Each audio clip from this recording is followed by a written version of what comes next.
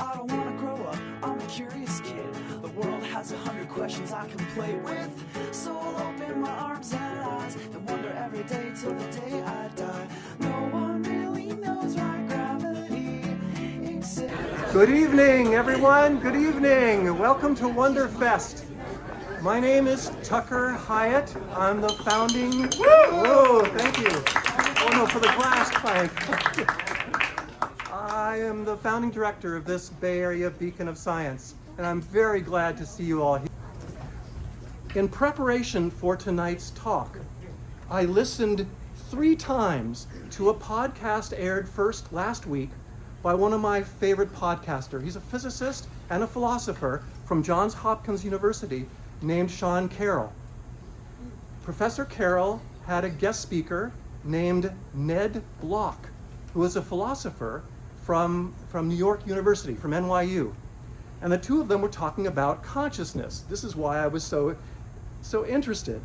And at some point, Ned, this really excellent scholar, been around for a long time, talking about consciousness and trying to learn about it, doing a kind of research about it, said this, and I quote. Where's the quote? Come on, here it is.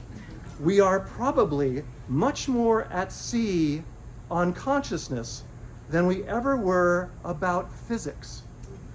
And there was a lot of seafaring about physics, especially in the early 20th century. Relativity, quantum mechanics, a lot of at sea-ness there. And Sean Carroll said, "I agree," the physicist. "It's all so puzzling," and he was referring to consciousness. So our speaker tonight is very brave, and you are very wise for being here tonight. Tonight's speaker is Dr. Mariel Goddu. Mariel was an undergrad at Yale University, and then she came out west to UC Berkeley. Go Bears, I gotta say it. That's where she earned her PhD in developmental psychology from Professor Alison Gopnik. You might remember Dr. Gopnik was a Wonderfest speaker just this past fall. During Mariel's doctoral work at Cal, she became a wonderful Wonderfest Science Envoy. So she is especially skilled, pardon me for bragging, in the art of science outreach, communication. I think you'll experience that tonight. Today, Mariel has moved south to Stanford to study philosophy of mind. Actually, south and east. It's weird. The Cal campus is, of course, north of Stanford. Stanford's south of Cal, but Stanford is also east of Cal, even though Cal is in the East Bay. Very weird. It's true. So she went out east from Cal to Stanford, and there she's studying the philosophy of mind. Here to explore the evolution of consciousness, please welcome a philosopher and a psychologist who can bring us a bit less out to sea, closer to shore, to understand consciousness. Dr. Mariel Goddu.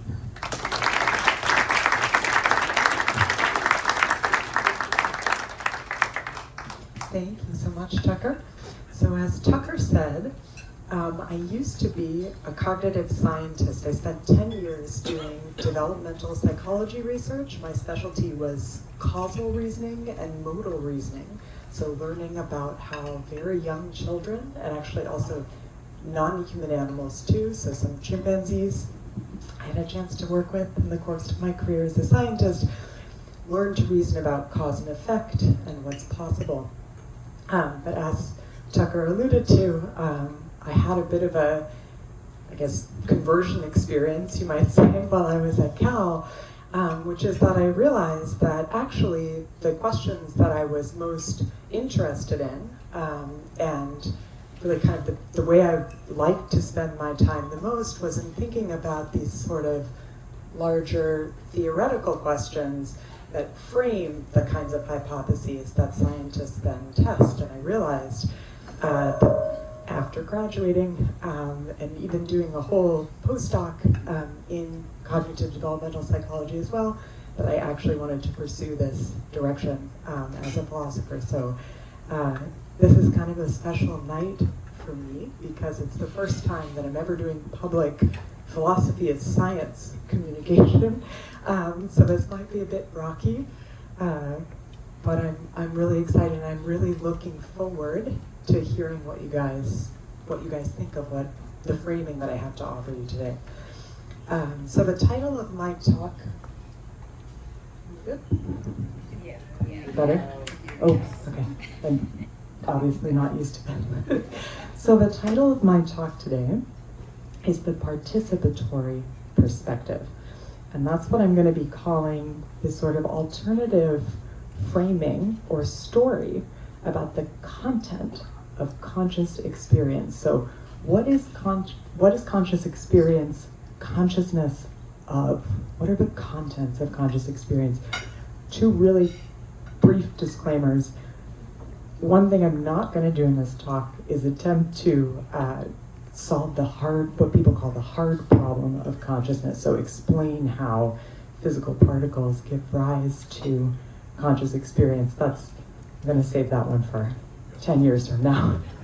I'm also going to assume in this talk, rather than defend the claim that humans are not the only creatures that have consciousness. I think that the safest and actually most conservative thing to assume is that there is continuity, phylogenetic continuity across the tree of life, as with other organismic processes, so also with mind and cognition, which is why I think of these topics as things that should be approached from an evolutionary biological perspective. Okay, so what I am going to do, again, is try to offer you a new way of thinking about the contents of conscious experience. One more comment about, philosophy as opposed to science. One of the things that happens when you switch careers from being a scientist to being a philosopher is you get a lot more questions at dinner parties. Like, sorry, what is it exactly that you do? And so I really like this definition that I'm stealing from the philosopher of mind, Alba Noe. He says that the job of the philosopher is to offer new ways of looking. So the philosopher takes off their prison goggles, gives them to you, and says, okay, you think you know what X is, but here, have a look through these, right? That's the job, is to just offer new ways of framing, new ways of looking at things. Here's one more that I like to use too. A philosopher is someone who, you walk up to them with a white pad of paper and a big Sharpie marker and you say, hey, draw me a flower. And what you expect them to do is like draw, the petals and the stem and this. And the philosopher kind of like scribbles, and turns around, and they've drawn a picture of the flower as if they were very, very small, looking up at the flower, right? So that's the kind of thing, that's the kind of service I'm here to offer you today, is a different way of looking, or a different way of thinking of, or conceiving of the contents of conscious experience. What is conscious experience consciousness of? And in order to do that, I'm going to do a little warm-up at the beginning. I'm going to read you a little something and just try to imagine the scenario that I'm inviting you to imagine. You ready to imagine things? Yes. Okay. Imagine this. You're walking up to a local pizza place to meet some friends, and you're late. As you hurry to push open the glass door, you're already scanning the packed tables inside to try to find them. Unfortunately, in your rush, you've missed the sign that says pull. Bang! Your body bounces back. A young couple just coming out has seen it all. You smile sheepishly, cheeks warming as you let them past. Stepping inside the pizza place, there's a blast of warm, aromatic pizza air and the jumble of many conversations. You spot one friend's red cap in the far corner and you wave. Your friend waves back, and the rest of the group turns to smile at you too. Following behind a server weaving through the tables, you arrive at your friend's booth. One of them is telling a story So you slide into the edge of a slightly sticky bench, peel a paper plate from the stack, and you reach for a slice of pizza. Pulling it onto your plate with one hand, you use a finger from the other to break the gooey strings of cheese that trail behind. As your friend reaches the punchline, you take a bite. A salty, greasy gush spreads across your tongue and instantly turns to pain. Too hot. Covering your mouth politely, you open and inhale to cool it off. Okay, so pretty normal. So we've probably all done some version of this at some point in time. Here's what I want to emphasize about this little imaginative exercise. Things like a flush of embarrassment, the sound of voices, the smell of pizza, the redness of your friend's red cap, the pain of a pizza-burned tongue. These are paradigmatic examples of what philosophers of mind, who have historically focused on adult human consciousness, these are paradigmatic examples of what they refer to as qualia. So private, introspectively observable experiences that have a distinctive feel. You may have also heard this referred to as phenomenal consciousness, what its likeness. But so recently, philosophers and cognitive scientists and animal welfare advocates are approaching consciousness as a biological phenomenon, right? As something that evolved in the course of evolution. And among those theorists, the sort of newer wave of theorists who are taking this biological approach, there is a consensus, which is kind of unusual actually for theorists doing anything, but the consensus is basically consciousness evolved probably, mentality evolved probably in some way to support action, so to support bodily movement. What's the problem that animals have to solve that plants don't? We have to move to live, right? Plants are better than us. They suck up water through their roots and they remake their bodies out of sunlight and air, right? We can't do any of that. Our entire existence depends on moving our bodies around in space, getting close to the things that we need to mash up in our mouths and digest and turn into ourselves, right? This is the problem of being an organism, the problem of continuing to take in parts of your environment, to literally incorporate into your body to keep going. So this is the job that animals have to do, this acting, moving around. And this is sort of like the agreed upon context in which biologically minded theorists think that consciousness arises. Now they'll disagree, as we'll see in a few minutes, about sort of what are the specific challenges introduced by action, what are the specific evolutionary problems that consciousness has to solve, and then they'll have different theories based on that. But there's like a pretty strong consensus. Consciousness evolved for action. But, and here's where my commentary starts to get going, but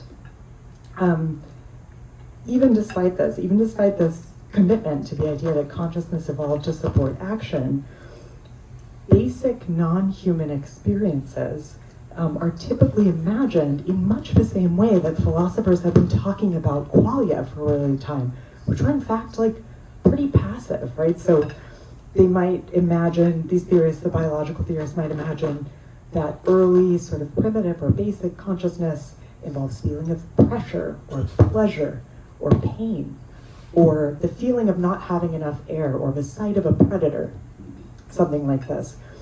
And basically, I think this is problematic for two reasons. The first reason, sorry, I'll skip ahead here. The first thing is that these are, like I said before, these are passive experiences. They're not experiences of action. And I think that should cause us some hesitation. That should cause us to wonder whether we're actually using the right sort of idea about what qualia are, what the contents of consciousness are in our theorizing about its evolution. Secondly, these assumptions, as I pointed out before, right, they're coming from theories about human consciousness. They're coming from theories about adult human introspectively derived, us observing ourselves, reflection. And I think that, again, as someone who used to be a developmental psychologist and has a deep appreciation for the fact that in fact, once upon a time, our understanding of the world was very, very different than it is today. Adult humans are really strange. They're really weird compared to other animals. And I don't think that it's a good idea to assume that our consciousness, our conscious experience is necessarily representative of non-human animals' conscious experiences. So this is my starting point, these two observations. I think there's a tension between what theorists assume the function of consciousness for action, and the qualities that they assume it comprises. So these are largely passive sensorial experiences rather than experiences of action. And second, these assumed qualities come from adult human experience. So here's the basic ideas I'm going to try to offer to you and convince you of in the next little bit.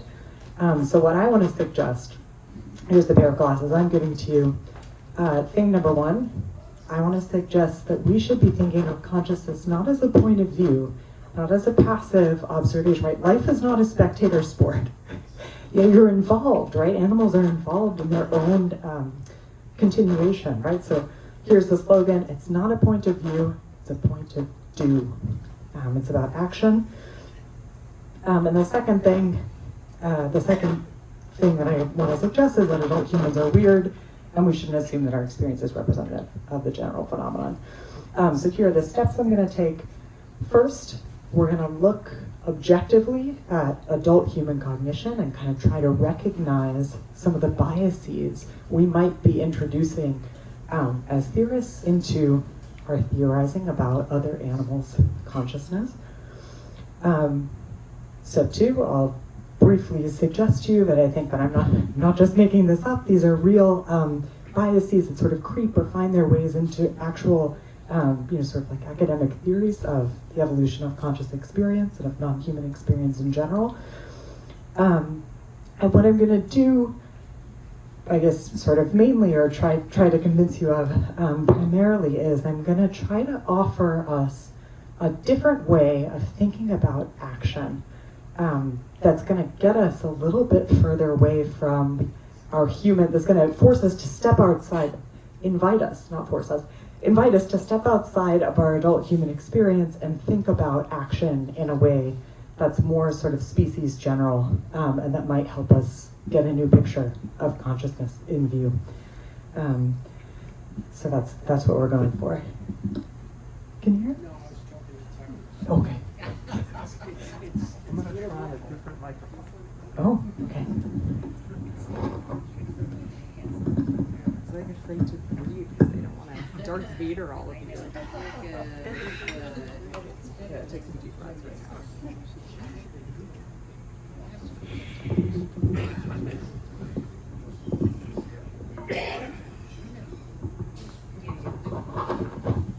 Better? Okay. All right, we're going to go with this. Okay, so this is where we're trying to get to from these steps. Okay, so here's my first claim, is that we shouldn't assume adult human consciousness is representative of the general phenomenon. Here are a couple different reasons to believe this. Thing number one, as is evident in even this expression we use, right, to talk about consciousness, this point of view.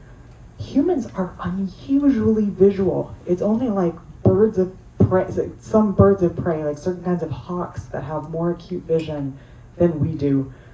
We and our closest living relatives, chimpanzees, but most animals are not not having the experience of this spatialized array of distant things being simultaneously present as close-up things, right? Vision is a really strange, really powerful, for sure, perceptual modality, but it's already starting in a strange place to focus so much on vision, which is the case in much of philosophy of mind when people talk about perception and talk about consciousness, and also in cognitive science. Usually when people say perceptual psychology, they're talking about vision science. There's not a whole lot of action around multimodal. There's research, but it's not the main thing. Okay, so here's thing number one that we should be suspicious of, that cause us to step back and question ourselves, we're abnormally visual. Thing number two, we're also abnormally emotional. We have a lot of feelings. And that's because the social environment is really our main environment, right? That's like, as Joe Hendrick says, this anthropologist, the secret of our success is our capacity to communicate and collaborate with one another. And as a result, right, we're really, really sensitive to, we have lots of feelings inside of ourselves, we're sensitive to other people's feelings. There isn't really a reason to think that other animals are gonna maybe be experiencing different kinds of valenced emotions, for example, as strongly or in such an exaggerated way as we are, as I'll give more rationale for in a sec. But here's the real thing that I think is possibly leading us astray when we try to think about non-human animal consciousness. We have a crazy amount of control over our environments. And this comes from our causal understanding, that thing that I told you that I studied when I was a developmental psychologist. So many different kinds of animals have what we like to call a first personal causal understanding. They can understand the effects of their actions on the world around them. Some animals, humans included, and maybe a few species of primates in a kind of patchwork way, have a third personal understanding. So let's call this first personal, me causal. I do something, I change the world. Lots of animals have that kind of understanding. Some select few animals have this third personal or they causal understanding. So I can watch you do something and understand that you caused something else to happen. But it's only actually around the age of 4. Can you believe this? Like before the age of 4, you didn't have this understanding. It's only after the age of 4, as far as we can tell from the existing evidence, that human children are able to see causality as like part of the objective world, right? And that this is something that I think we really lose track of.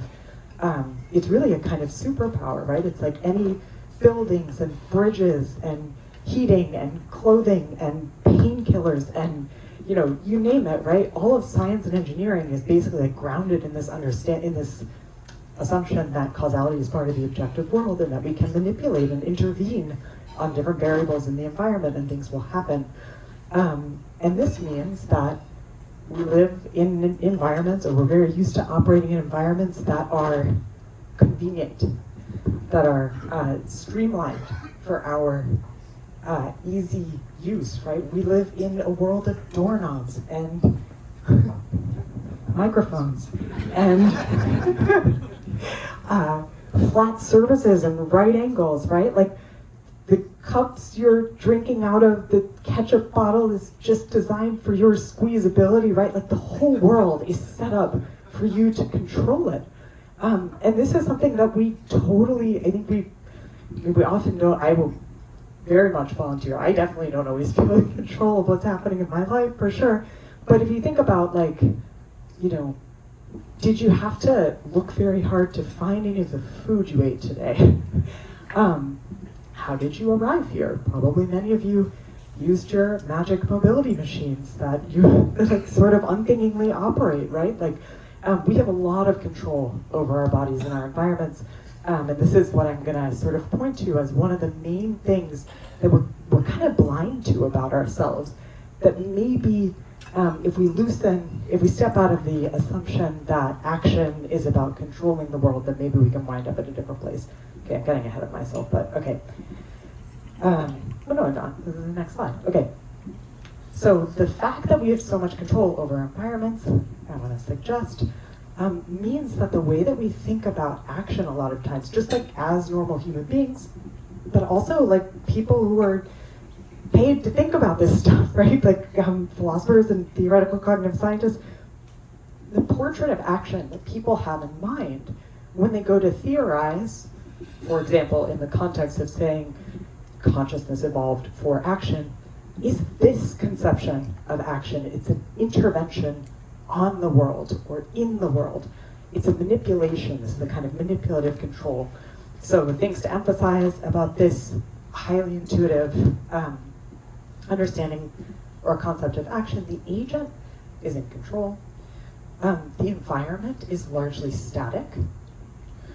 And the agents, it's natural to express this as agents are kind of acting in or on the environment. And this is the portrait of action I'm going to try to undermine a little bit, or at least play with, and encourage us to question. Does this all make sense so far? Does anybody have questions? Can everybody still hear? I'm still trying not to Darth Vader you with my heavy breathing.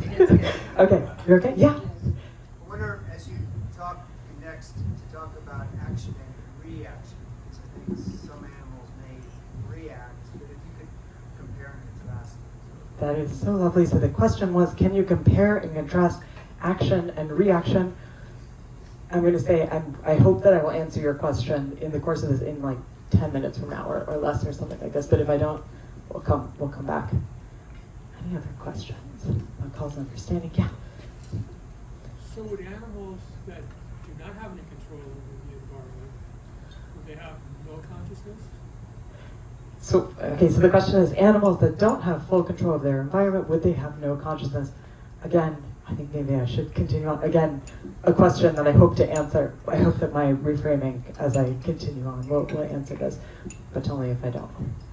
Okay, I'm gonna keep going.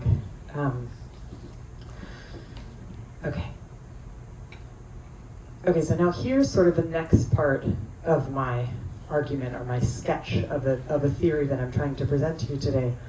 These adult human biases, most of all this way of thinking about action as control, actually leak into professional theories of non-human consciousness. So if you'll recall, evolution theories posit that consciousness evolved to support action. Here's another way that people often frame this question about the evolution of consciousness. Why should it ever feel like anything to be someone at all?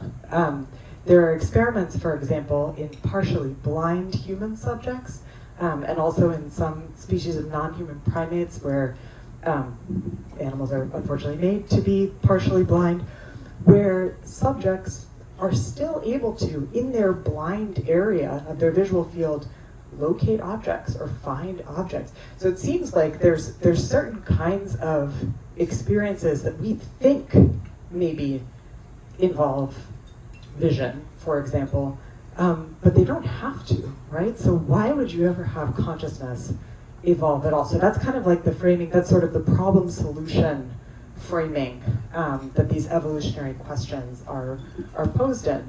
So the way that different theorists respond to this question, why should you have consciousness, in the context of action, is they're basically going to try to point to some different problems that seem too difficult to solve, that seem so extreme that you would need to have, it would be beneficial evolutionarily to have something that it was like, that it felt like to be this animal, because you would be more successful evolutionarily, if that makes sense. Okay, so leading proposals about the evolution of consciousness tend to assume one or more of the following. I'm not going to try to call out like specific people here, but I'll just mention a couple of ideas that are popular in the literature that people have. So one of them is that strongly valenced experiences are assumed, so feelings like good and bad.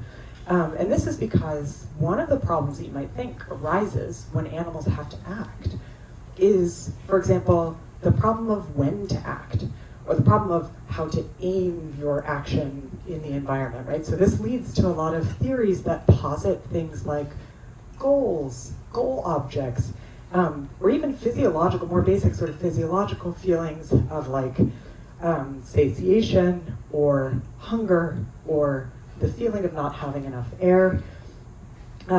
So there's sort of interoceptive or physiological regulation, feelings that get posited as a way of saying, look, animals need to know when to move, right? You can't be moving all the time, that's energy inefficient.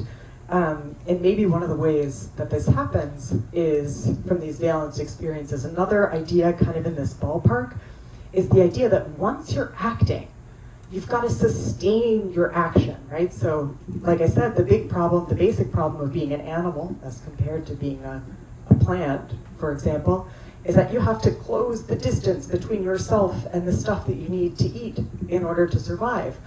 So you can think about valenced experiences or orientations as maybe being, as these theorists assume, a way to sustain your efforts temporally, right? Like if I really want a burrito, but there's a very long line outside of the food truck, right? My desire for that burrito is going to sustain my continued action of standing in that line waiting for the burrito, or maybe I'm a predator chasing a prey animal as I pursue the gazelle or whatever. My desire for that will maintain my focus. So these are sort of some of the ideas, some of the places, some of the problems that people sort of suggest, okay, this would be a really good place for consciousness to evolve, because you got to have these feelings of good and bad that tell you when it's time to move and that tell you how to sustain your action over time. Here's another big idea, is that animals need to be able to represent some kind of spatialized array in which they act. So there are famous neuroscientists and philosophers who will say that, look, here's the really big problem that arises in action. Say you have a bunch of different sensory modalities, you're like collecting auditory information and visual information and tactile information. You need to be able to integrate all these things together, blend them into a kind of coherent picture, and prioritize which information is sort of broadcast to you as a subject, right? So the idea would be something like, I don't need to feel the swiveling eye stalks that are allowing me to take in the environment, whatever kind of creature I am, but I should be able to experience the information that they give me. And the thinking here is that, like, if the animals can represent the environment in which they act, then they'll be able to be more specific, they'll be able to target their actions to the environment. Let me just make sure I'm not skipping over anything here. Yeah. And again, the sort of general thinking, the general thread that runs through evolutionary theories of consciousness is really this idea of like, okay, first you represent the world, first you see the world, your experiences of the world or of stuff that's happening to you or inside of you, and then you act later. And this is another version of this idea that I want to try to challenge. Can I stop here for a sec? Any questions? Yes. So I still don't understand from your argument why you need consciousness, because I'm thinking like of AI systems where you can build an internal representation, you can set weightings in terms of, preferred responses, and you can set long-term goals. So what is consciousness buying you here? Okay, the question is, what is consciousness buying you? And I haven't told you my opinion on that yet. But in general, I guess what the people who are supporting these various kinds of theories that are grounded in these assumptions are saying, consciousness is buying you a kind of control over your physiological state, which is the problem that all organisms, need to have, but especially animals need to have, that you wouldn't be able to get any other way, is the idea. So some of these problems are so, let's say, time sensitive. They're so dynamic that we just need subjective experience evolves as a way to better do the things that you need to do. So subjective experience of goodness and badness will lead me to be more effective as I'm moving around the world, or experience of a spatialized array of the environment in which I act will lead me to be more successful than if I couldn't perceive that array, something like this. So the arguments go like that. I'm glad you also asked about AI. I did add a bunch of extra slides. It's not part of my talk or anything to say anything about AI, but I do have some slides at the end that I'll come back to and just offer a couple of thoughts on there. But remind me if I forget to come back. Yes? So connected to the question I just had earlier, which is the word instinct. And so is instinct part of consciousness or not? Wow, love this. Okay, the question is instinct part of consciousness or not? I want you to answer that question back to me, because at the end of my saying what I think is true, because I think that maybe what I'm about to say, my sort of take on this whole problem, might be connected to what we think of as instinct in some way. So I might try to circle back to you. Okay. maybe I should keep going so that then I actually say what I need to say. Okay, so this is so far has been like the bad stuff, not the bad stuff, but just, this is like the conventional stuff. This is the way that people are, just people, not even theorists or anything. This is like how we're inclined to think about these things, because what other frame of reference do we have, right? We're adult humans, people living in our adult human bodies in our adult human built environments. Like, we have these sort of predispositions to think about things this way. So what would possibly be the alternative? Well, as I said at the beginning, I think that the key might be to think about a more species inclusive, a more general way, phylogenetically general way to think about action. Why? Because most animals aren't in control of their environments the way we are. And if consciousness evolved to support action, well, then we need to stop using our human unique, specialized adult objective causal understanding version of what consciousness is to theorize about other creatures. Okay, so what might be a more realistic picture of action? I gave you this picture already, so this is kind of like the go-to, what we think about this manipulative control. I want to give you an alternative, and again, I'm going to ask you to imagine something. Okay. Imagine this. You're strolling down a crowded city sidewalk on a sunny day. It's beautiful out, and you have nowhere to be. As you walk, people stream towards and around you. Some hold briefcases, and they weave through the crowd in a rush. Others are pushing strollers or handcarts, and you make way to give them space. One briefcase holder passes a little bit too close and bumps into you, torquing your body to the left. "Excuse me," they mutter, and charge on. Coming up, there's a wobbly tourist on an electric scooter, moving in short, erratic bursts. You monitor their progress and give them a wide berth. As you reach the street corner, you stopped to stand in a crowd. The crosswalk light is red, and cars, buses, and bicyclists speed by in both directions. So it shouldn't be too difficult to imagine this, and it's also, of course, not difficult to do this.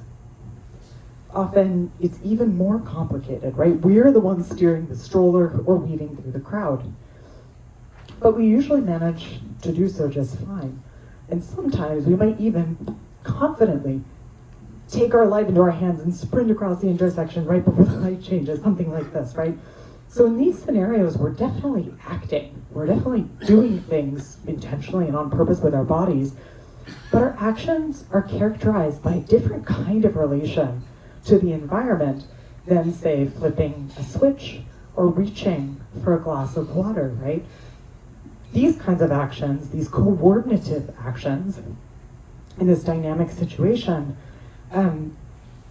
are characterized by this other kind of relation in which we have to take dynamical others, so people and cars and curbs, into account. And if we don't give them adequate space and attention, these things really have the power to disturb us quite seriously.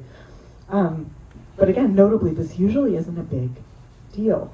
We might not be able to control them, but we can still control ourselves and our fates by accommodating and going around and watching out. So this is sort of an alternative portrait of how we might think about action that might lead us to a different way of thinking about experience. So the assumptions here, in contrast to what I was talking about before, but this manipulative control is, agent is not necessarily controlling the environment, exerting force over the environment to change the state of the world. The environment is dynamic. And here, whereas before I said, oh, it seems really natural to talk about flipping a switch or reaching for a glass of water as agent of acting in the environment or on the environment, here I want to emphasize this idea of working with the environment or around the environment. You're accommodating it, so you're coordinating with it in a certain kind of way. And this, I think, this conception, this dynamic conception of action reflects much more inclusively and realistically the kinds of challenges, of kinds of relations to their environments that non-human animals have. So if you are a sea turtle, for example, or a bird, you're like trying to find a good current, right? The birds don't control the way the wind blows, but they can surely control what happens to them and how much energy they're going to expend in virtue of how well they can align themselves with the existing dynamics in the environment. So there's in ancient Chinese philosophy of action, there's a big emphasis, some of you might know, on sort of going with the flow, right, in a certain kind of way that the purpose of an agent in ancient Chinese philosophy of action is not to do things or manipulate the environment, but rather to raise events in tandem with the environment or as a partner with the environment.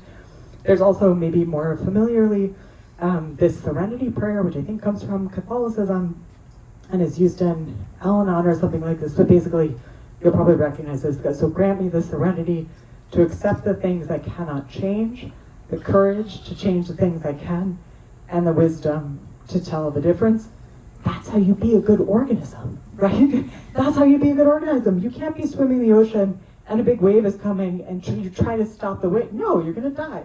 You get to decide whether you go over or whether you go under, right? But there's no fighting, right? This sort of, if you can't control, you have to figure out a different way to work with it, to coordinate with it. So this leads me to kind of, I guess, the main sort of framework I'll propose for thinking about that. It's not much of a framework. It includes like little sketchy cartoons, we'll just see in a second. But basically, here's the basic idea, is that, okay, here are some things that animals need to be sensitive to. Whether things are going well or whether things are going poorly, right? Am I getting more tired, more hungry, or like, am I eating and things are getting better and better, right? So these are two kinds of things that unconsciously, at least, we have good scientific reason to believe organisms are able to sense and physiologically regulate. But now here's two others. So those are columns in my little chart here. Here are two other things that we've now sort of introduced, right? We can have situations where an organism is in control, right, is able to manipulate the environment, but we also can have situations where the world is in control. And I guess what I want to emphasize is that basically the way that we think about action, the way that humans think about action, is really like basically just that top left corner, right? Where like we're in control and things are going according to plan. So here, as promised, here are funny cartoons that I drew. I'm a very good artist, but a chipmunk stuffing their face, bunnies having sex, and a butterfly drinking nectar from a flower, right? This is like, I'm in control, I'm dictating what happens, and I'm gonna keep doing what I'm doing. So as you can see, sorry, I should also say that what I want to suggest is that this sort of matrix of organism states and whether or not you're in control is going to correspond to different behavioral policies, different things you should do in these situations. Okay, so here's the familiar one, the one where action is intervention and manipulation. Here's the one we just sort of talked about, right, with like the bird and the turtle and everything, right? This sort of like, the environment's your friend. Things are going according to plan. You're aligned with the dynamics that be, or you're okay to not act. Sleeping, swimming in a current, sleeping in the sun. But then there's also situations, right, we can begin to appreciate in which the animal's in control, for example, but things are going poorly. You're running out of energy, or you're on your path to run the way you thought you were, and there's a cliff. You've grabbed a branch and it snaps, and now you have to react, do something, respond to the situation by stop doing what you're doing. Abort. And finally, in this last column, which I've indicated as very bad from an energy and survival perspective, right? I'm going to say the policy here is resist, right? The environment is in control, things are going badly. You have to get out. You're trapped in a predator's mouth. You're being threatened by some big creature and you need to wave your claws at them. And the idea basically is that these different policies, these different situations, each of these quadrants corresponds to a different kind of situation that an animal could be in that corresponds to a different behavioral policy. Someone more clever than me suggested that I relabel these to make them, instead of keep doing, stop doing, relax and resist. Persist, keep doing what you're doing. Desist, stop doing what you're doing. Exist, just relax. And resist, fight back. Okay, so this is the better. And this raises a new kind of problem in our thinking about action, right? A problem that's not visible if you're only thinking about that upper left-hand quadrant. And the problem just is, which quadrant am I in, right? Like how, I need some way of detecting. It seems like it would be very adaptive for animals that have to move their bodies to live to be able to sense which of these situations they're in. It radically changes what they ought to be doing in the moment. And so the proposal that I want to suggest, and again, maybe this is kind of like being a cop-out philosopher kind of thing. I'm not necessarily trying to say that I'm right. I'm just saying this is maybe an interesting new way we could think about things or look at things. What if it were the case that actually the earliest feelings that organisms have, or the most basic or primitive feelings, the earliest feelings, both phylogenetically and developmentally, would be should feelings. Something like normative feelings that tell us which of these quadrants we're in. This might seem strange, but again, I'll just give you a couple of imaginative situations. So imagine seeing a small child rapidly approaching an electrical outlet. As you bound across the room and leap over the coffee table, your consciousness in that moment, I would suggest to you, is of should persist, should keep doing what I'm doing. You feel like you should continue running over there, and you will not stop having this should feeling until you reach that kid. Should persist, should keep going. Or imagine driving on the highway.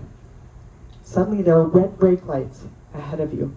Pulse already racing, you immediately let off the gas and you slam on the brake.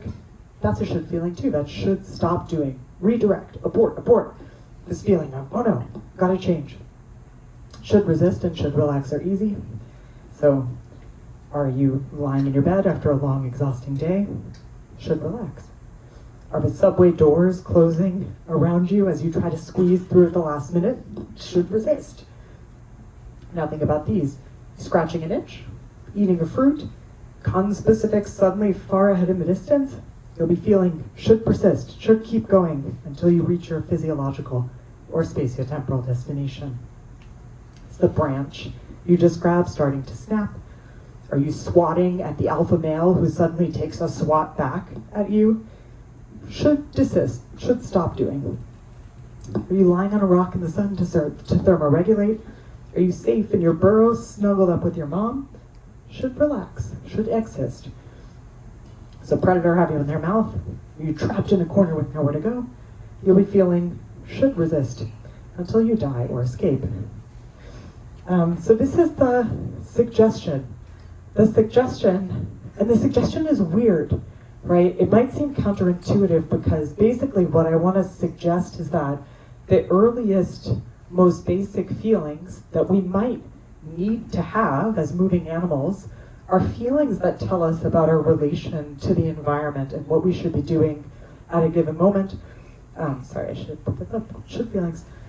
But this might seem kind of alienating, right? Because you might assume like, well, that's really weird. She's saying that feelings of rightness or wrongness or feeling of what I ought to be doing as opposed to not are actually more basic than, for example, pleasure or pain or something like this. It might seem very intuitive to think that sex should feel good and damage should feel bad, something like this. But I guess the way I would respond to this kind of concern would be along the following lines. What the frog or what the crab is feeling in boiling water is not so much ow, ow, ow, ow, ow, but rather I gotta go, I gotta get out of here, and not being able to, right? That sounds like suffering. And what if the mid-coital rabbit is not feeling, wow, this feels so good, but rather is more the feeling of like a skilled athlete driving to the goal, right? Like he shoots, he scores, right? This kind of thing, where you're in progress, you're on your way to a destination rather than experiencing some kind of pleasure or pain. So the portrait that I have of this different way of thinking about what a perspective is, that again reframes how we think about the relation between organisms and environments, is as a kind of compass, right? One thing that's going to be true always your whole life is that you're always going to be in some kind of relation to the environment. This can't really be like a proper compass. It has to be some sort of three-dimensional one where the needle can suddenly flip right from one thing to another. Like one minute you're making a sandwich, the next minute you're wiping up mayonnaise from the floor, right? There's many different ways that the world can surprise us, that our own actions can go awry. But the idea is that these 4 different kinds of relations to the environment, these 4 different kinds of behavioral policies are things that are exhaustive. You're always going to be in one of these situations. And it's really useful to have a sense for which one you're in, that will guide your action in this way. I guess there's one more thing I'll say before I conclude. I'm eager to hear what you think about this proposal in general. So there's this other thing that I don't say at dinner parties about philosophy, because it would be totally annoying and repulsive. But we're not at a dinner party, so I'll just tell you now. I think that another job of the philosopher is to help us live well, and live better. This comes from the mathematician and philosopher Alfred North Whitehead. And so in that spirit, I'll leave you with a thought about some of the practical consequences of thinking of yourself and your experience in this way, of thinking more about your relation to the environment and the kinds of experiences that I would posit we all have, all animals have, not just the non-human animals. I've been trying to include more. Imagine this. There's a giant rock spinning slowly in space, which is spinning even more slowly around a colossal ball of electromagnetic plasma. On the rock, from causes we may be starting to understand, but for reasons we may never know, a family tree began 3.8 billion years ago, and uncountable generations. You, dear Earthling, are a present moment outermost leaf on that enormous tree. There is an unbroken lineage from the very, very first tiniest living being to the unfathomably complicated conscious Homo sapiens who's sitting here right now. You are smarter than your ancestors. But here's the thing. Your ancestors didn't survive by being smart. They survived by partnering with the world to participate in their own continuation. Like a dimple or a family nose, the traits that allowed them to thrive were retained and passed down. They are repeated today, alive in the material dynamics of your body. So here's the thought. What if your should feelings were the wisest thing about you? Fuzzier than vision, duller than hearing, less varied than taste and smell, your normative feelings, your sense of should do, come in only 4 varieties. Should persist, should desist, should relax, exist, and should resist. But what they give you is more integrated and important than any sharp-edged perception. The situation that you're in, how you're related to your environment right now. What if we tried to tune into that? What if we tried to let our surroundings guide more of our doings, like a partner or a friend? What if we spent less of our consciousness reflecting and planning and watching and scrolling, and more of our consciousness trying to let the world in, trying to listen? What if we learned to listen to the quiet, strange language of our biological heritage, the currents of responsive, magnetic feeling running endlessly through our open system selves? It's a speculative story. But what if it helps us remember how to live? Thank you.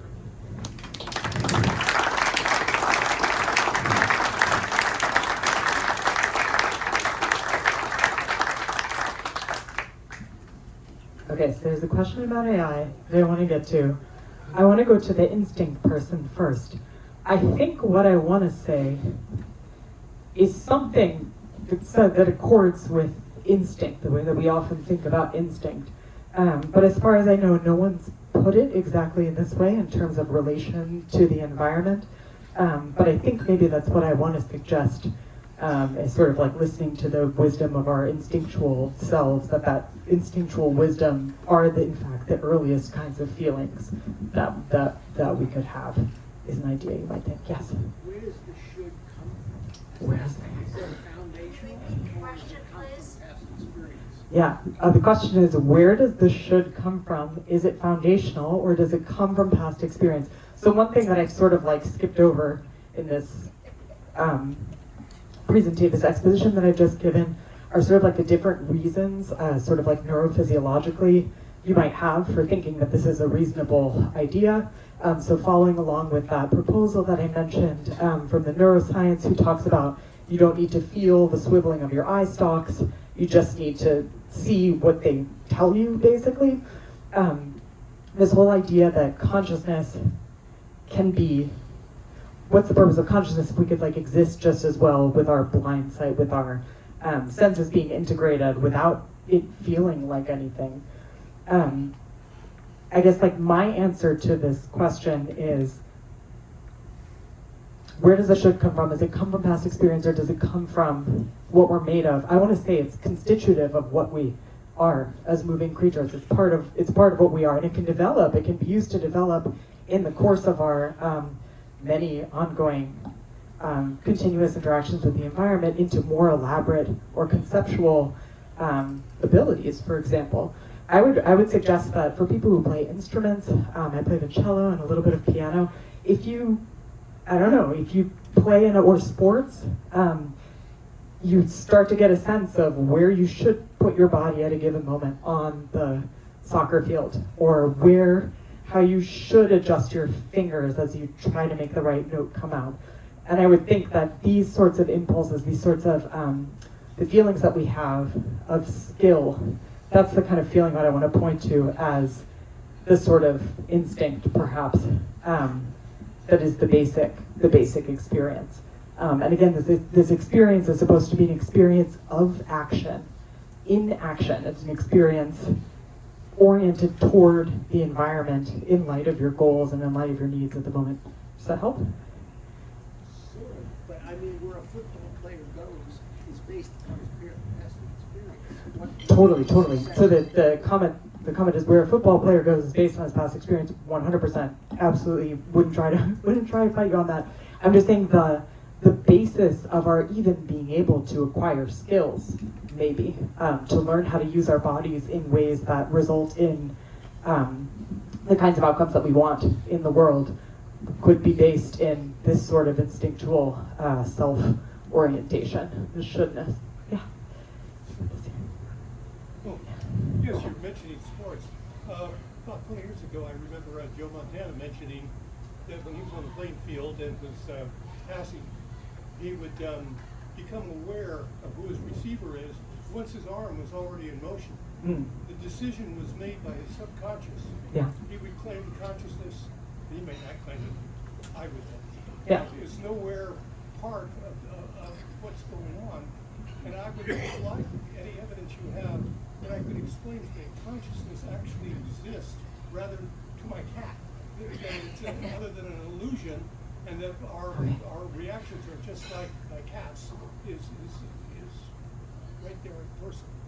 Okay, so these are two different questions. Both of them are really interesting. One of them is about the role of the subconscious. So when a football player, for example, is throwing a pass and testifies like of his own experience that he only becomes aware of the person that he's passing to after he is passing, I would say this is a perfect example of one of these, like, not blindside things, obviously he knows where he's going. Perfect example, though, of other kinds of evidence that it used to support this idea of like, well, conscious vision actually isn't for guiding action because it's too slow in a lot of cases. But here's what I would say, based on my, whatever preliminary way of looking at things that I've sketched for you here. I bet that global feeling that football passer has in the moment is of like, it's like, I don't know, someone's trying to tackle him and he's like, he's aiming, he's persisting in the movement that he's doing. I think what maybe another weird counterintuitive thing about the position that I'm sketching, in addition to saying that feelings of rightness and wrongness are more important than feelings of goodness or badness, is the idea, maybe, again, counterintuitive to us, that maybe really early consciousnesses in really basic organisms, they don't even have to know like what they're doing. Just that they need to keep doing it, or that they, whoa, absolutely need to stop now. So I want to say that this sort of feeling of, is it okay, green light, red light, something like this, should I struggle or should I chill? That these are sort of the feelings, are more global. Like I said, they're fuzzier, they're more global, but they're not, so I take that comment to be a friendly comment, actually, in some ways. Wait, but then you had another question, which is about your cat. And how can we know that a cat is conscious? Is that... How would I show to the cat that I'm conscious, rather than the cat looks at me as just being reactive? Interesting. Okay, so the question is, I might not be able to answer this question. This is like kind of an animal behavior question, but I don't know if I have the research. But the question is, okay, how do I show the cat that I'm conscious, as opposed to just sort of reacting in a certain way? This is probably, I see, I'll come to you next. And then I want to talk to the AI person at some point, and then there's another person in the back. So we'll go like 1, 2, 3, I think. Oh boy, 4. So we'll try to remember this. Okay, let me finish answering the cat question. So here's another thing. Here's another, I guess, idea that comes from my training and experiences as a developmental psychologist. Here's something that all kinds of animals are really into, that I think contemporary theories of cognitive science haven't quite grasped the importance of yet, is certain kinds of contingencies. Babies, for example, human babies, for whom, by the way, human babies are often portrayed as helpless. The helpless infant can't move their body and they can't walk or talk. They're just these little blobs that are lying there. I'm going to resist this and say, no. The baby who's lying there just has a different kind of environment than you have, right? Calling a kid helpless or, dumb or something is basically like accusing a caterpillar of not being good at flying or sucking nectar, right? It's just a different kind of ecological niche. And here's the thing that's really important, that's really awesome for infants in that ecological niche, is contingency. All of their actions, each one of our earliest actions, think about this, are actions in social space. They're actions like your caregiver smiles at you and you smile back, or you smile and they smile back, or you cry and they come. They're far away and you cry and they come. It's like magic, right? This is this contingency between what I do and what the world does. And if you look at the development, again, of language production in young kids, again, the social sphere is being the sphere in which we act, the earliest, our ecological niche of our species, these contingent behaviors are things that really speak to them, that really fire them up, I guess, and make them pay attention and motivate them to continue babbling or continue making faces or whatever. It's back and forth imitation game. And if you play tapes for infants that are at a lag, they won't respond in the same way. So I might say, with your cat, contingent behavior, maybe that's something to try to convince them that you're more than just, I don't know, an object somewhere.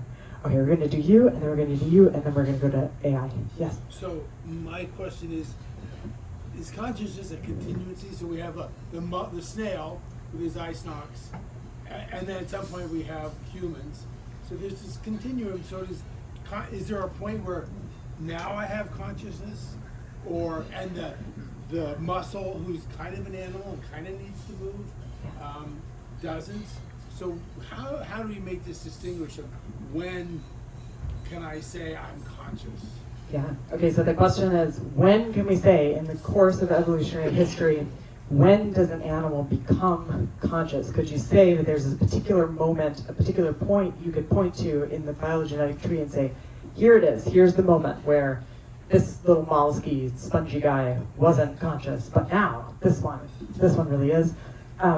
I should have said at the beginning, that's like another kind of commitment that I don't want to make quite in this setting, because really the purpose of the story I tried to tell you, or the theory I tried to sketch for you today, is really just this different way of thinking about action that then leads us to appreciate these different ways of thinking about our relation to the environment, which then might lead us to just a really different active perspective about what we think the earliest, most important feelings are. Here's the thing though that I'll like sort of gesture in this direction. So I don't have a specific, I'm not gonna like put, whatever, how do you do bets, throw my hat down or my cards down or whatever it is and say like, here's the thing, my chips, on where it emerges. But let's say, I appreciate or feel sympathy with the continuum idea. And in fact, I think that a really radical reframing of how we think about mental activity or cognition that goes in this sort of active direction would focus on things like contingencies, so complexity of coordination with your environment, and also what kind of metabolism you have.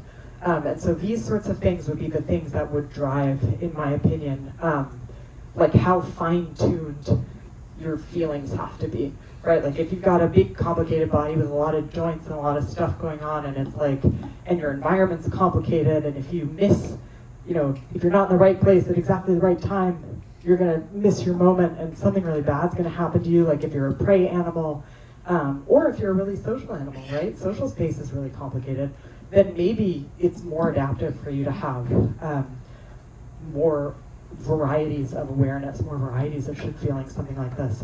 But I don't think I like, in general, the idea of like the scala natura, the great chain of being, that somehow like we're at the top. There's just a lot of variety. There's a lot of different ways of being alive in an animal body, and there's just a lot of different ecological niches based on the kind of body that you're in. And I think that plants could provide actually really interesting, there's like a growing literature on plant cognition, and there's even like very convincing videos and also even experiments recently that show evidence of learning in plants. So if you watch like sped up videos of bramble vines, kind of like, they really do look like they're climbing, they're navigating, they're just doing it on a different kind of time scale. So in terms of metabolism and complexity of coordination with the environment, I think plants could be a really interesting test case that people haven't done so much with trying to connect these things. But I can't say anything else about plant consciousness right now. I don't want to commit to anything. Yeah. Okay, person in the back. Yeah. I really appreciate your quadrant description of persist, resist, desist, and I'm curious if you have the pie chart back up or the faster quadrant, whichever one. Yeah.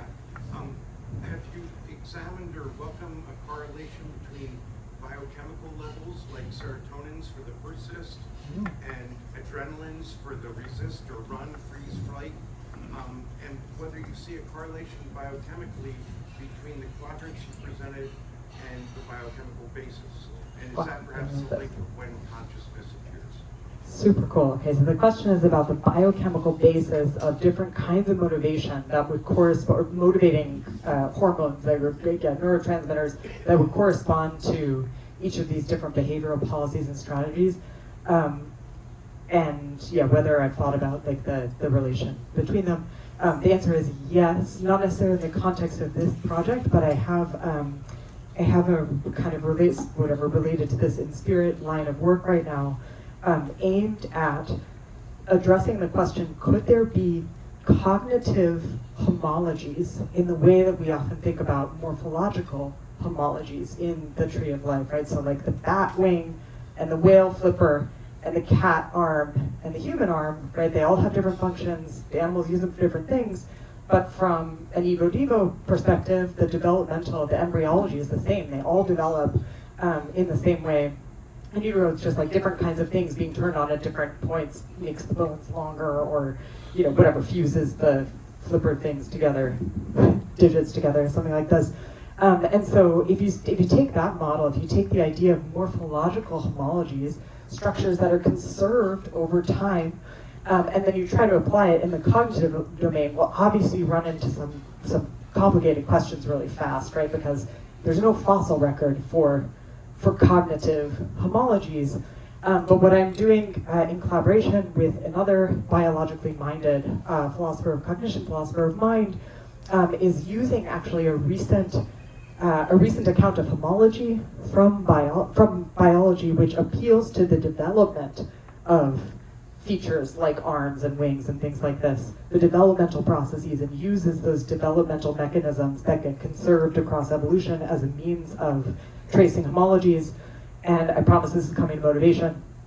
If you think about developmental processes as cognitive developmental processes as being a way that you can track similarities across species and say, they're doing spatial navigation the same way that they're doing spatial navigation, but it looks different because it develops different from the way that ants are doing it, for example. Then you start to be able to cluster in this interesting developmentally based way, which different cognitive abilities could be, whatever, related to each other or the same as each other in an evolutionary sense. The way this ties into motivation is one of the things about development and cognition, right, is that most of it takes place postnatally. It's not like embryology. It's not like when you grow your bones and stuff like this. You're actively, the whole organism, with needs and interacting with the world around you, you shape your cognitive development, which means that your motivations and the kinds of ways you can be sensitive physiologically to your environment play a direct role in the goal-directed behavior that leads to developing certain skills, like this orientational thing to your mom, or to contingent communication that drives the evolution of language development in humans. And so this idea that, the general idea, what I mean to say in a very long-winded way, is that I agree with you completely, and that I think that cognitive scientists and theorists right now don't spend nearly enough time thinking about the way that motivation is intimately intertwined with cognition, which is related to the AI question. Because, here's the thing that's brought people to be thinking that it makes sense to ask the question, could machines be conscious? Is we have this right now in the air in theoretical land and academia, but also in the air in our culture right here in the Bay Area. There's a lot of talk, there's a lot of hype around conscious machines, and all of that hype, all of that talk, all that speculation basically traces back to this idea called computational functionalism, which is a particular take on consciousness wherein inputs and outputs are the only thing that matters. So think about it like this, computational equivalence like this. We could play tic-tac-toe together on a chalkboard. We could play tic-tac-toe together with sticks on the ground and pine cones as the pieces that we're using. It doesn't matter how we implement it. Computationally, functionally, we're using the same rules, we're using the same syntax, we're carrying out the same process, the inputs and outputs are the same. The idea that machines could be conscious follows a similar sort of logic. If they can produce the same sorts of inputs and outputs that we do, well, how do we know if they're conscious or not? And there's a bunch of discussion around this right now because a lot of loud, influential people, both in academia and in industry, who are profiting from this idea that machines could be conscious or have minds or anything. A lot of them really buy into this computational functionalism idea. And I will just say, there are two big wrinkles in the idea of machine consciousness for me. The first one is that it requires us to assume that consciousness is not like other bodily processes in the following two ways. For other bodily processes, like respiration or circulation or digestion, we would never assume that making a model of the process is the process. And we also wouldn't assume that separating the process from the context of organismhood from biology makes any sense. Here's what I mean by that. This is an art installation by a Belgian artist called Wim Savoy. It's called the cloaca machine. What the cloaca machine does is, on one end, it takes in food, like a hamburger. And on the other end, after going through an, in fact, very realistic series of implementations of the actual chemicals that are in your stomach acid, it produces something that looks like feces on the other side. And my question, my very, very just, speaking to our just baseline person on the street, kind of reaction to this is this digestion? Question mark. No, right? It's not part of an animal. Like, part of what it is to be digestion is that it's involved in keeping the animal alive. In the same way that, like, if we took all of the, whatever tubes, the arteries and veins out of my body, put them on a table and pumped my own blood around it in a circle, that's not circulation. That's not circulation because it's not doing the thing that circulation does. And so somewhere along the line, we got convinced through a bunch of science fiction novels, I guess, that somehow cognition is different from these other biological processes. But that's a baseline assumption of computational functionalism that I think people don't recognize. It's called, I guess, here, wait, hold on, I wrote this down because I didn't want to mispronounce it. There's this term in logic, enthymeme, E-N-T-H-Y-M-E-M-E. And this is a term in logic that refers to an unstated premise, or like a submerged premise. So if I say, if it's raining, you should take an umbrella, the unspoken premise there is like, you don't want to get wet, right? That's implicit in that argument. If it's raining, then you should take an umbrella. It seems like in the computational functionalism story that all the consciousness amounts to is inputs and outputs, and we need to be making, hiring people at OpenAI and paying them $500,000 to make sure that the machine's feelings don't get hurt and stuff like this. Like, the whole basis of that assumption, I'm sorry, but I'm just going to be mean about this because I think it's bad for everyone. Like, there's children dying of preventable diseases. We don't need to pay people to protect, like, they don't have, anyways. The enthymeme in this idea that consciousness really is just inputs and outputs and is all syntactic, is the submerged premise is that it's unlike cognition, is unlike other bodily processes. And then the other thing that would take a bit more time to spell out than the time we have here, but I would refer you to, sorry, I'm not going to go into that because it's too much. I refer you to a book by Kate Nave. Sorry, this got messed up in the formatting. But this tiny point at the very bottom, here's this other wrinkle in the idea, bless you. We can't account for which elements are involved in computation in a non-observer relative way.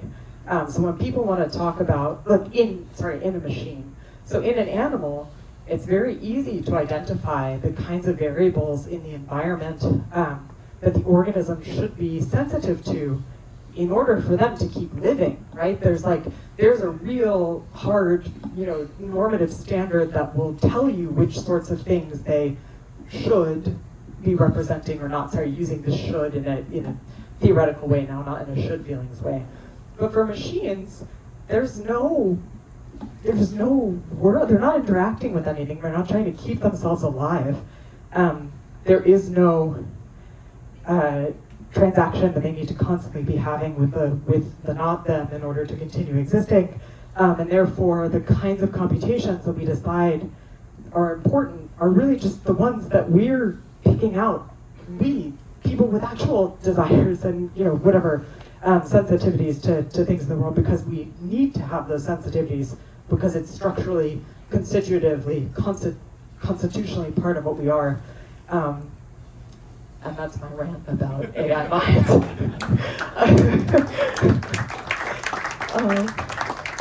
Instinct person, yes. I just want to add on to what you were saying because, and again, this might be a sidebar on AI, but the thing about AI is that it's still missing emotion and memory as relates to emotion, in that emotion helps kids remember things better. Right? So when they had an emotional response to something that they experienced, they're going to remember that more likely than if they did not have an emotional experience. AI is really today just an algorithm. It's data analysis at a high level. And so until we have emotion and memory and integrate those two together, AI won't be smart. I think I'll add to what you're saying about emotion and memory. I think like the way that you just described them was in a very functional way. So it could be the case that the AI person, alter ego, could just say, well, there's no reason why we couldn't make a function, whatever, a functional component of these systems that plays the same role as memory and emotion and stuff like this.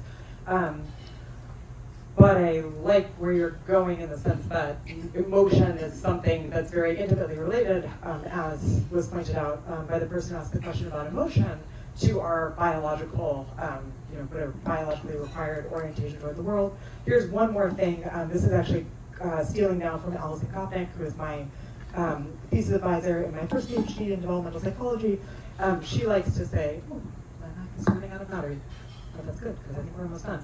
She likes to say, we wouldn't say something like, the UC Berkeley library is smarter than I am, or something like that. It's just a category mistake. Library is not the kind of thing that can be smart. It's a, it's a place to store information. In the case of AI, it's a, it's a way of organizing information, but that's another way of getting at this idea of, the category mistake. Am I supposed to stop? No, okay. You're doing great. If you don't mind, if you've got the energy. Totally. No, this is so much fun. I think this person in the back, and then I'll come back. And then I'll come back to you. So, going back to something you talked about a little bit before, the potential, plants reacting to things. Years back, the Noetic Institute, which used to be in Novato, and then also Park Map, which used to be in somewhere else now, they were doing experiments, and then they were also quoting from others' experiments, and they were thinking that they were showing that water was reacting to things, and that they were thinking that plants are actually sentient. I don't know if you looked at it or looking at any of that. I don't know. Sorry, is the question about plant sentience? Okay, plants and water. I'm not familiar with the specific experiments that you're referencing, but it relates to, I think, my response earlier to this question about, like, okay, is there a point where, consciousness becomes really conscious? And my response there was like, I don't have a take on that, right? I don't have a hard opinion on that, but I would look to metabolism, metabolic features of the organism. So for example, like the way that a lizard regulates their metabolism is really different from the way that we regulate our metabolisms, right? So there's different kinds of energetic constraints that are introduced by having that kind of metabolism. And there's different sorts of constraints that are introduced by how hard is it to be in the right place at the right time, to coordinate precisely with your environment. And I think that these two things, this combination of metabolism and the complexity of coordination, would be the interesting things, are interesting threads to pull even across, like, plant, into plant species as well, and compare plant species. I wish I knew more about plant cognition. That's something that I'm a big reading list, and at some point soon I'm getting into it because I think it's really, interesting. I think you had a question. Yeah, quick question. What role does intuition play in your model? Cool. Okay, the question is, what role does intuition play in my model? And I think I'm going to respond to you in a similar way that I responded to the person who's asking about instinct, which is like, these are words that the people use, that we kind of know what we're talking about, and we're like, I don't know, I got a bad feeling about this. Or like, no, this is good. Someone, you're like, oh, should we really, like, no, this is good. We can keep doing this. I think that there are words that we use, like instinct is a more sort of biologically shared across the tree of life word, and intuition might be something that we reserve more for our human version of that. But I think that those are things that I'm trying to, in this different way of conceptualizing the organism-environment relation and action, these are maybe concepts that I'm trying to flesh out or give us new ways of looking at. So I think that maybe the should feelings could be, framed as intuitions of some kind. If that makes sense. That's the most I could say about it right now, I think. Is that okay? Okay. Yes. I like the quadrant system. Uh-huh. It's very easy to understand it. You see the reference around the positive, the negative, the personal, and the world. Have you considered more dimensions? And with those more dimensions, lead to policies? What are the policies that you consider? Cool. Thank you so much. The question is about, have you considered complexifying this little quadrant board I would be super interested to hear about like other sorts of dimensions that you think would be relevant for complexifying it. Definitely, it could be complexified. Here's one way that you might think about it being complexified that ties in with a question that the person in the back asked about biochemical neurotransmitters or hormonal bases of motivation and stuff. You might think about like different sort of like extinction curves or something like this for the different kinds of feelings that like would physiologically drive this.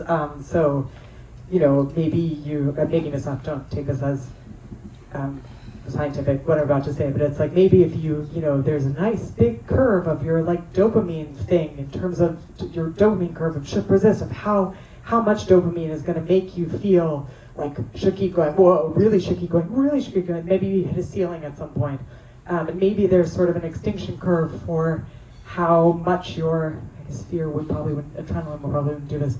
Maybe serotonin would have a different, so there's, I think you look at the dynamics of underlying biochemical bases of these kinds of feelings, if you go so far to think about that, and then those like extinction, the dynamics of the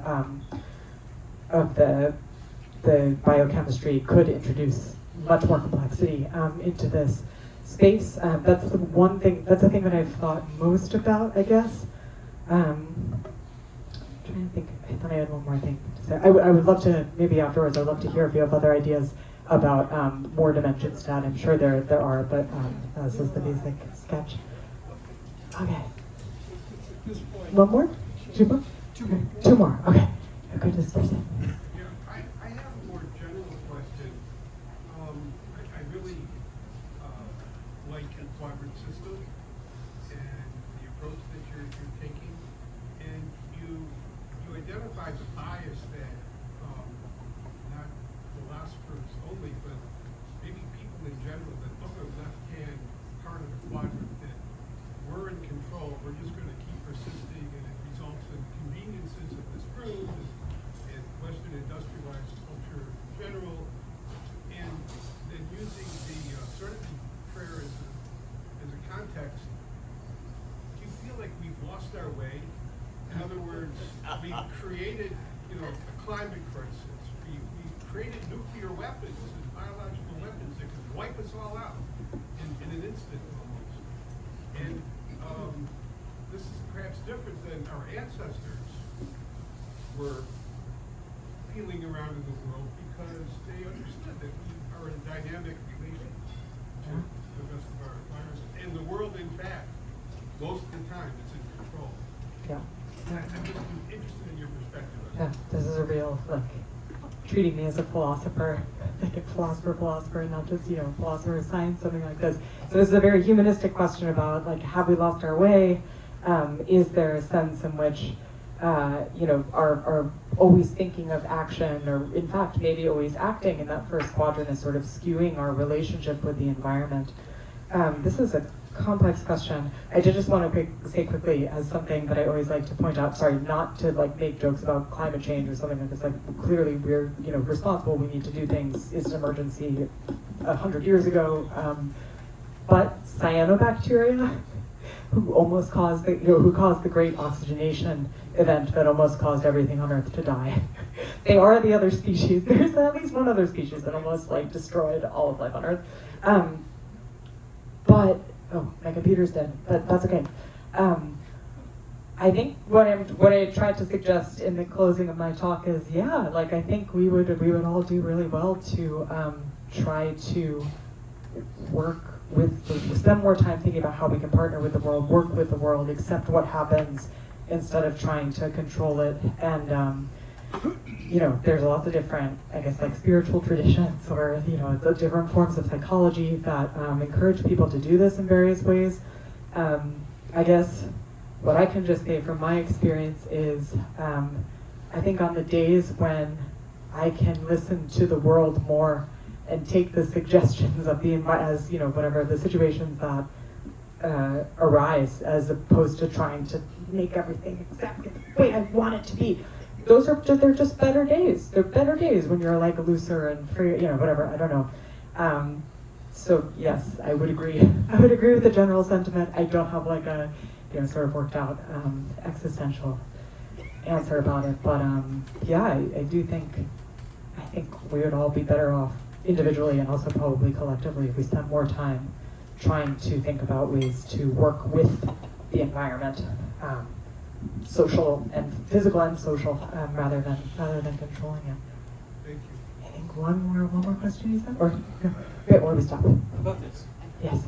I bet you Mariel will be willing to stay, I hope, for a few minutes to answer questions individually. Okay. I want you to remember that when I got to introduce Mariel, I mentioned that she was a Wonderfest Science Envoy. And in fact, I claim that she still is. And if just 1% of her speaking skill was derived from that Science Envoy experience, Wonderfest is very proud of that. And maybe someday, we're talking about style there, talking about substance, maybe someday we'll hear Mariel's name again when the hard problem of philosophy, of consciousness, the hard problem regarding the origin and substance of qualia, maybe her name will be there as one of the achieving scientists and philosophers. How about a final round of applause? Thank you guys. Such great questions. So much fun. Thank you. Hope to see you in 2 weeks to hear from a gentleman who regularly takes away consciousness and gives it back. 2 weeks.